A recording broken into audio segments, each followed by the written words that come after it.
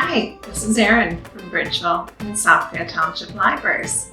Today we are going to make yarn birds. Let's see what we'll need for this activity.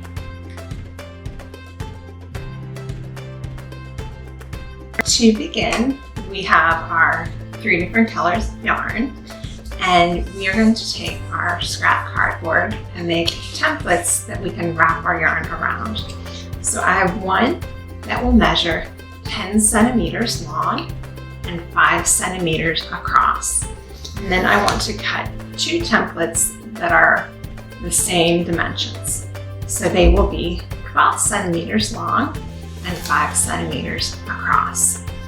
So what I'm going to do is take my yarn and then I'm going to wrap it around my templates. And I want it to be relatively thick around there, but not overly so. So I want a good amount of yarn wrapped around there. And I'm going to do that for each of my templates. Just wrap my yarn around them until all 3 are full.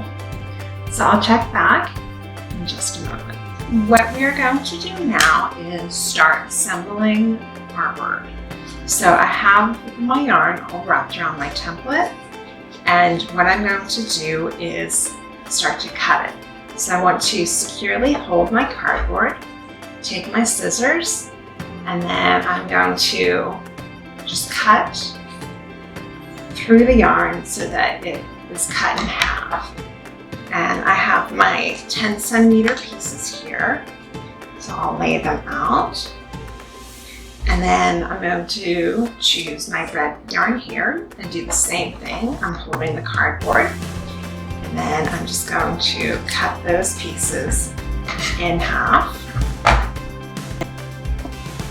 And then what I will do is I'm going to lay my yellow pieces on the bottom, and I'll put my red pieces vertical over top, just like that. And then I'm going to fold each of them in half. So I'll fold my yellow in half like that, and then I'll fold the red pieces in half like that. So I end up with something that looks like that. And what I will do next is cut off a spare bit of yarn, and I'm going to tie them so that they are secure and that they don't move. So I'll do that. I'll be back in just a moment. So this next step, we are going to take the white strings here, and I did the same thing as in the last step. I just cut them in half, and then I took a bit of white yarn and I just tied them in the middle this time. So I have the yarn that we used in the last step laying on the table here. I'm going to take this yarn and lay it right over top of that yarn in the middle. And then I'm using a piece of paper to serve as the body of my bird, and I'll wrap the yarn around that. The bigger the piece of paper, the bigger your bird. So I have somewhat of a big ball of paper, and I'm just going to set that on top of my white yarn here. And I'm going to now pull all of these yarn pieces around my ball of paper, doing my best so that none of the paper shows. You may have to kind of move things about so that that happens. So here is my bird.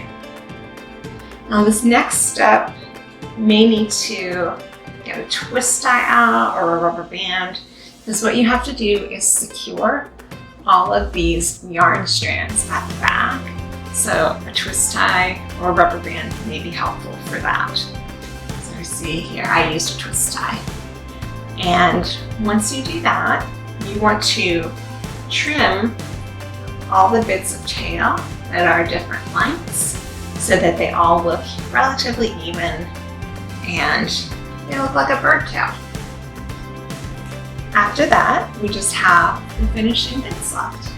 So you'll want to take a bit of orange paper and cut a beak for your bird. You can hot glue that on or use some craft glue. And you'll want some beads for the eyes.